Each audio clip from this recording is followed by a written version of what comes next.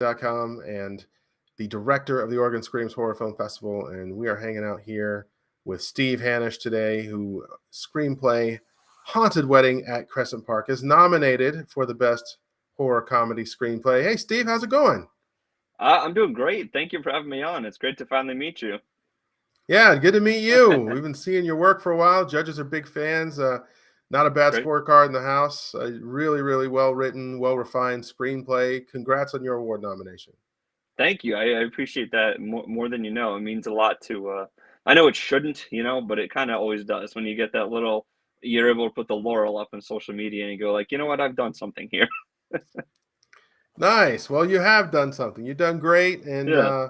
we've been following your career, obviously, through a few different screenplays, but we'll talk about this one. Yep. We'll be announcing the winners in August. We have a live event in Oregon. And so where are you from in the country? I'm from Jersey. I'm from the boondocks of Jersey, All right. Sasquatch country. All right. The Boondocks of Jersey. Well, Yeah. Yeah. obviously the North good story. Jersey. North Jersey. Well, the good stories are coming out of there. So Yeah. you got to tell me before I give away your screenplay. You got to tell me, give me the synopsis in your own words.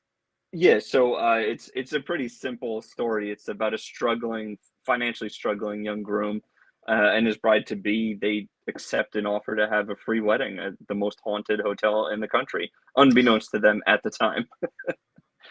And I think hilarity it's a pretty ensues. relatable story. I think my wife and I went through it, probably almost 6 years ago now, of the churning, expensive um, industry that weddings have become. It's really become insane. You buy one rose, it's just for an anniversary, it's $8. You buy a rose for a wedding, it's $37. It's ridiculous. So I really could easily put myself in the shoes of this character. Like, yeah, sure, free wedding, take some pictures. I hope I won't get possessed, but we'll see what happens at the end of the night, you know? Weddings are pricey, man. I'll never forget when I got married, and my wife and I were doing research and everything. And I see the research now because I'll research venues for the film festivals, and they'll be Mhm. like, the price of the film, to rent this venue is $2,000, unless it's a wedding, then it's $5,000, and it's like, Yeah. Yeah. dude, really? Well, it's it's an expensive venture, so people can relate for sure. Yeah. What are you doing differently? You dusting the ceilings and not for the other like what's happening here? We were broke, so we got married in Cancun, and we did it That sounds great. we did it at this resort where they're like, if you can get 30 rooms booked, then your rooms are, paid for the whole week. We're like, Sign me up. it's like we do the flowers, we do the dinner, we do the cake, and we had to pay, I think, like an extra $250 for like the cake or something like that. And then, there were some things, of course, like we printed and we took there and all that kind of stuff. And then my wife, my fiance at the time, I was like, what are we going to do for a photographer in Cancun? She's like, well, my uncle is the lead photographer for the Seattle Times. So I was like, Print it, send it. I Done. was broken lucky, man, and broken lucky. But anyway, I can relate all that. I know this is supposed to be an interview about you, not me. I don't even think I've ever even told that story in public. But Hey, there we go. An exclusive. so yeah, you came up with a great one, man. It's like people don't understand that there's no such thing as free, right? So Yeah, there will always be a payoff. And I think that's kind of the classic setup of comedy, He doesn't know that Joel, the main character, doesn't know, but the whole audience will know that this is not going to go well for you. for sure. Well, it's you could have gone dark with this, okay? Like this Hmm. concept, you could have gone, hostile too on everybody if you really wanted to. Right? Yeah. Um, but you chose comedy, and I got to Mhm. ask, is that kind of a? There's a lot of people who wrote screenplays during COVID and all the lockdowns and social distancing and things like that. And there's a lot of people that came out with Mhm. some really good, funny things because I think just the whole country was kind of under this haze of fear and uncertainty. Is Yeah. this does this screenplay predate the whole pandemic, or is it related? Were you working on it during that time? The seed of the idea definitely predated the pandemic. I've always gone comedy just because that, for me growing up, that was the first thing that kind of ignited my imagination. You know, I can remember. I don't know if I've ever told this story like out loud. Well, I used to have a podcast. It was probably on there. But my one time when my brother and I were young, we were at my grandmother's house, and my dad and uncles just, they looked at us. They were like, "It's time," and they brought us down to the basement. We were like, "Well, one of us is not going to make it out of here." So it was nice knowing you. But they sat us around without the women of the family and showed us Blazing Saddles and the campfire scene. Like we thought it was funny, but at the time, like we had seen things with better kind of fart foley, you know. But the reaction of my father and my two uncles, they were crying, they were screaming. It was like I had never seen them act that way by anything. So immediately, Mel Brooks satire comedy, I was like, I have to explore this. If that can do it to grown men, like there has to be something here. So that just started a whole road for me. And movies have always been a great escape for me. You know, it was really just kind of an obvious life path for me. I love going to the movies and just locking in to be somewhere else for 2 hours. It could be bad, it could be good. I don't care. I still love to go. And then comedy is just, that's where it's at. You know, I think every genre is so ripe for parody. It's just how you attack it, especially horror. Like I was thinking today, have you ever seen Sinister I from haven't seen 2012? Sinister yet. It's a great, great horror movie. Probably, I would say top 10 in the last 10 years. I'm sure people could back me on that. It's a fantastic horror movie. But the whole premise basically is a guy buys a house because it's cheap. You know, there's a murder there and he just doesn't tell his family about it. He's just like, yeah, look at this price tag. Like, it's just kind of with the housing market today. You go like, yeah, that makes sense. Like, I take a chance on that. Like, it's just everything there is so ripe and it's such a fine line. Like, the adrenaline and the fight or flight that you get while you watch horror movies, the other side of that coin is how hilarious the situation is. Like, look at the dopey decisions that have been made. You know, that's so. I just felt like horror comedy has always been. I had a previous screenplay that I tried to do that with, and I don't think it worked as well. So this is kind of something I've been trying. So this is my second go at horror comedy. Um, and I like, and obviously you guys like what I came up with. Well, it's neat you talk about your influences because even Blazing Saddles and the Mel Brooks. I mean, I'm 48 years old, and in many ways, Mel Brooks's comedy even predated me. I was very, very Oh yeah. young when that stuff came out. So to be impressioned by that style of humor Mm-hmm. at a young age, that's really intriguing. I showed my son is 6, and I showed him that movie, The Naked Gun, the first one, Yeah. Yeah. and he was dying, man. Like Yeah. my son, I've never seen my son was dry heaving laughing, and he thinks O.J. Simpson's just a comedian. He has no Yeah. idea. But You're gonna have to have the talk that predates the talk with him about, be like, look, bud, birds and the bees later. Right now, you got to know OJ not a fan. yeah, He can't be a yeah, fan. but man, OJ gets, they shoot him a million times, and then he puts his hand in the window, and he's like, "Ouch, Yeah. ouch!" and he steps in the bear trap. He's like, "Ouch!" Yeah. My son's he's just dying laughing.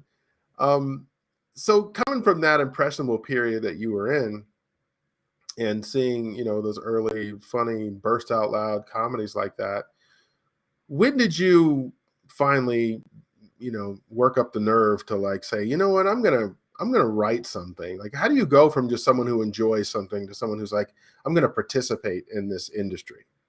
Yeah. Well, it's funny. It seems like the expression "you can't see the forest through the trees." Like storytelling has always been kind of something I've done. Like when I was a kid, I would write stories on just notebooks for fun.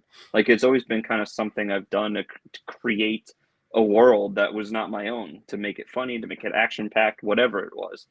Um, so making the jump to screenwriting was just kind of a combination of, I love storytelling, I love movies. Let's try, like, how do we do this? Oh, screenplays are a thing. I think I'll try to attack that. So that Mhm. was a collegiate decision. I started studying filmmaking, directing and producing, editing, and the one thing that stuck with me for real was screenplay.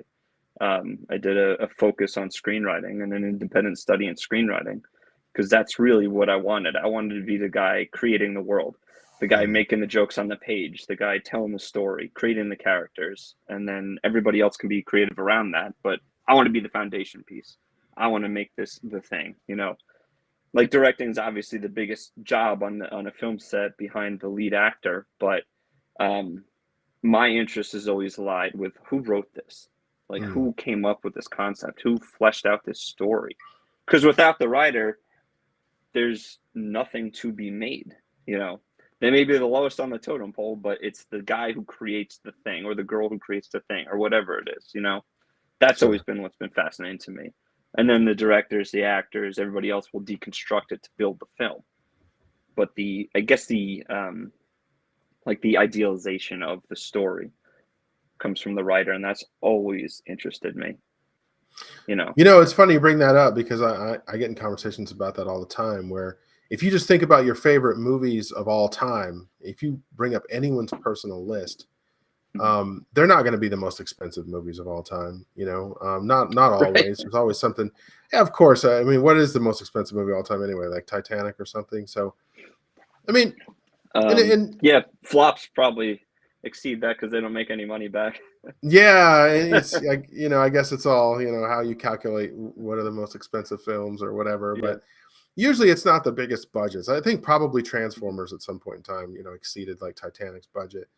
And sure. I'm not finding that on anybody's list. Like it might have been Right. hot in the theater at that one time, but I think back movies I liked. I like Silence of the Lambs, and I like stuff that was Sure. really based on fantastic books. And Mm-hmm. and I'm going to ask you about that too, because writing books is oftentimes a step before actual screenwriting. Like Mm-hmm. Hunger Games. That first book, the sales were just absolutely bananas. Right. I remember And that. Yeah. Harry Potter and Game of Thrones. And you think of those things where people created something that just had such a tremendous book following that they couldn't help, Yeah. but make a movie. In your mindset, do you just pretty much, because screenwriting is writing it like with the mindset that somebody's going to make this thing, right? Mm-hmm. And you'll hear Right. like George R.R. Martin talk about, Game of Thrones and be like, look, I was writing this stuff back in 1994. I didn't think anybody's going to, make it a television series, Mm-hmm. 15, 16 years later. Where are you at with that? Do you think about writing, or do you have experience in writing like novels and things like that? Or you pretty much just, you just have a screenplay mindset? Like how does it work for you? Traditionally, I've always been a screenplay mindset. Like I have visualized what's happening on the page as I write it. That's usually how I write. Funny enough, I've been getting into novel writing more recently.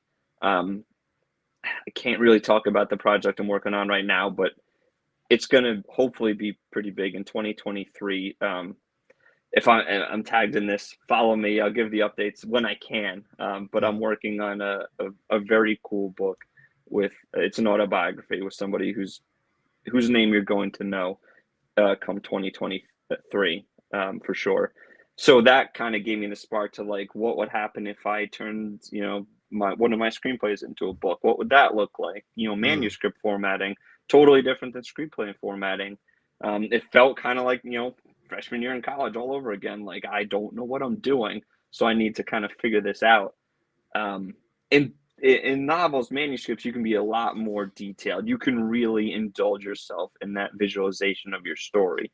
Screenplay is a lot more blueprint like, and what's happening. So there's plus and minuses to each of them. If you can visualize your movie as you're writing your screenplay, then that's really where you're going to want to go. If you want to just create this big story, manuscript formatting and writing a novel is probably more your speed. That's Mm. typically how I've looked at it more recently, at least. Okay. Yeah.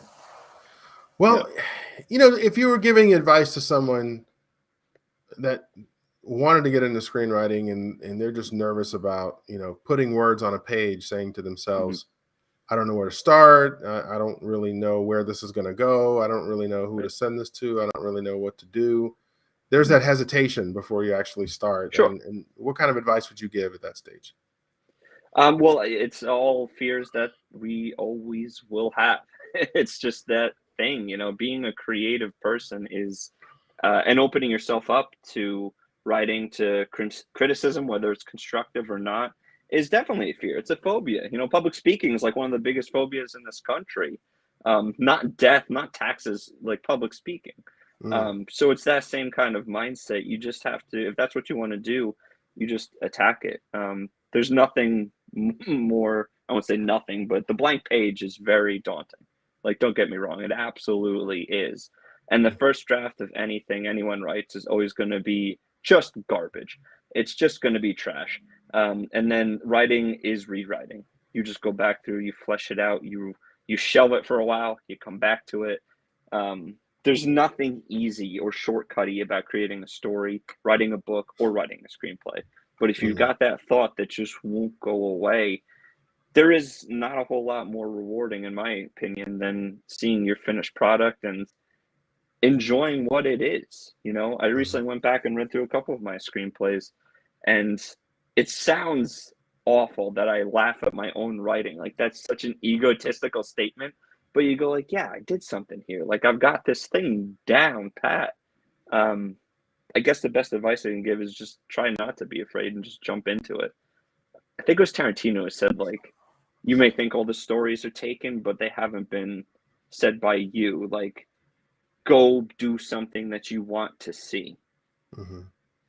That's the only way you can do it. The only way you can see it is if you make it from your lens, your world experience, all that kind of stuff. It's going to be super unique if it comes from you. So that's kind of how I've tried to attack my writing. I'm sure you've run into many creatives, and yourself being creative, running all these film festivals. It's not the same if it's somebody else. If it's yours, it's got a certain tone, it's got a certain flow. It's your creation. For sure. And I've seen, and yeah, I've written things before, and I worked in the film industry, been on set for a long time, and watched this process, and it truly is a leap of faith in yourself, to step out there and do this, because people are afraid of rejection and things like that. But of course, it's Tarantino's a good deal.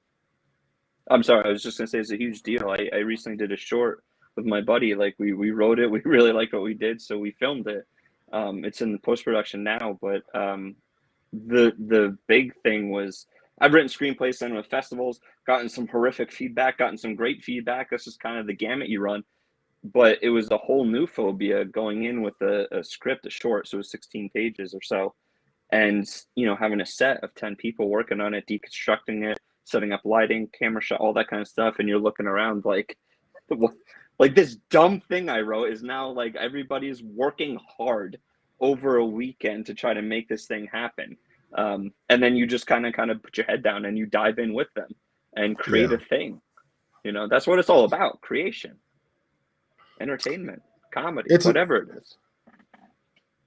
Sorry, you're bringing up so many thoughts in my head. I'm like jumping in on you, because I know that it's a great feeling to create something from nothing. And this goes to people who paint or even make music or make movies. When you know that there was nothing there before, and now here you are assembling these people.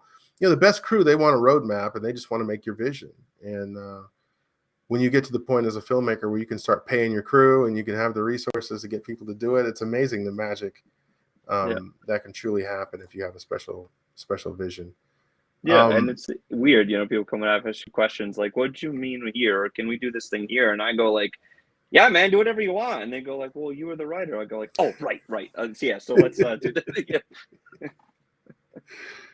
All right, man. Well, it's good to see. I was going to ask you if you were working on anything, and there you go. You let that out of the bag that you actually got something in post. I wish I could say what it is, but short film is in post-production. It's called When a Blind Man Cries.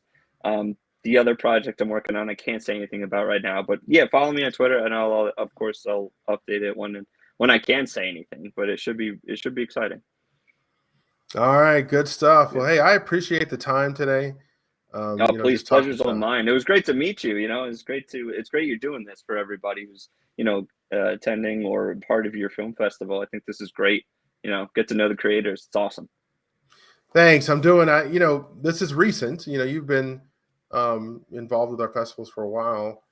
One of the problems we're trying to solve in doing this interview series period, is when I'm at the festival, you got a day, you know, to like thank everybody for coming, give out awards, show all the films, you know, have beers with people afterwards, hang out, talk, shake hands. And no matter what happens, there's always some people that slip through the cracks. Some people I really want to meet and I really want to talk to, and I don't have a chance to really pick their brain one-on-one because I read this stuff. Now with the screenplays, obviously I have screenplay judges. I'll read pretty much what's been selected. I won't actually sit down and read like every single screenplay personally as a director until they're selected or we're trying to figure out award nominations. Right. I watch all the films and we take in all this content, and then I can't even talk to you about like like, you know, it's like just physically impossible. And just putting in social media, you know, is obviously, you know, some people don't understand the point of it or putting things out on social media. For me personally, I'm like, let's put this out, and I'm getting great feedback. People like, Michael, I like the stories, I like the people, everything's just so, you know, diverse and thought and ideas and the, you know, concepts and problem solving. And this interview series, you know, and I've been spending almost 40 hours a week now for the past, you know, few weeks interviewing people. Yeah. It's been very rewarding, and I'm glad it's a supplement to what we offer in a live event. And hopefully we'll get you at a live event one of these days. And yeah, hopefully soon. Yeah. well, I'll let this out of the bag since, you know, obviously our festivals are in Texas, which is pretty far from Jersey, and you know, Oregon, which is even further. But we just opened up Atlanta After Dark and the Georgia Comedy Film Festival, and at least we're in the same time zone. Okay. Nice. Yeah. So yeah. Absolutely. when you're on the East Coast and you live in New York, Atlanta doesn't seem like an incredibly long flight. It seems like, okay, I can get to Atlanta. So yeah, absolutely. maybe we can hook that up in the future. Such a budding, growing market. We've invited a lot of, you know, execs from TV and television, you know, film and series and streaming networks and things to come. You know, no promises, but we've definitely invited people. And there's so much buzz in that city, you know. Oh, Atlanta is incredible. It's an incredible hub that's just exploded over the last 10 or so years, you know. Everything gets filmed there now. Stranger Things, just, you know, they film there. It's incredible. Yeah, I mean, Walking Dead, Stranger Things, like the list is unbelievable. A good friend of mine, you know, he worked on Guardians of the Galaxy 3 that just wrapped, and wow, yeah, you know, it's big time. So we want to get there. And you know, when I was working on set, you know, as a sound mixer, you get to know the people on set. They're like a family. You know, you get to know them for a couple of months. You know, anywhere from 3 to, I've been on set as long as 10 weeks with the same group.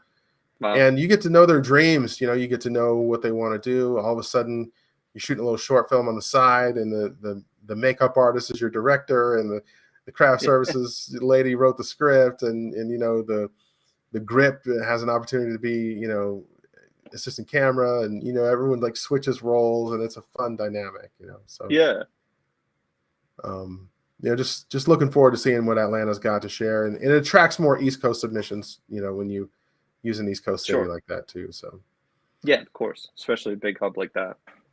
yeah, for sure. Well, look, man, we're going to be announcing these awards here soon at the event, obviously in August, and you know, just looking forward to really just showcasing all this work, and we'll see what the awards. I don't even know what the award winners are yet, but we'll see how your screenplay does. I personally liked it a lot, and I appreciate the time that you took today to share with us.